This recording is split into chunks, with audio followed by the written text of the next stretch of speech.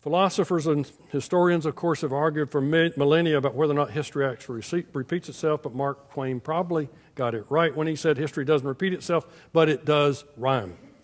So at the Smithsonian, we're looking for those deep underlying rhythms that will help us prepare for the long now of the future. For example, when we look back through the history of the planet and the major global challenges facing us today, climate change is a common thread and a driving force. And that will also be true in our long-term future. So it's a good idea to learn as much as we can about the underlying long-term rhythms of global warming and climate change.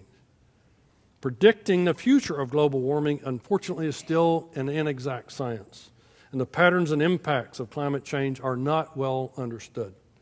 Global warming and climate change affects the actions and reactions of everything, all living things. The reality is much more complex than even the most sophisticated computer model to date. As our Smithsonian paleobiologist Scott Wing, who's working in Wyoming on the sites that I described earlier, says, we still have a lot to learn. And a significant portion of what we would call the operator's manual is carved in stone, in the fossils of places like the Bighorn Basin, where we have to learn from nature in the future. The evidence from 55 million years ago contained in plant fossils is giving us a better understanding of global warming, and it will help refine the models of those who are developing them. We're also learning what we might be approaching that we've been modeling with the wrong assumptions. We've traditionally assumed that the goal was optimality in our model, figuring out how to sustain the best possible configuration for the longest possible time.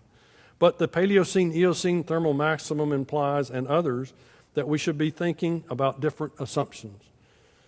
Essentially, what we need to think about that this 10,000 years which the carbon boiled into the atmosphere rapidly, causing dramatic global warming, actually at a slower pace than we're causing right now, though, because what followed was a much longer stretch of time in which species, namely mammals, settled down and learned to live in a new environment. Not all did, but some did. The key to survival was not optimality, but adaptability. The challenge, as our work is shown in Impala and others, is to make that consistent with our models.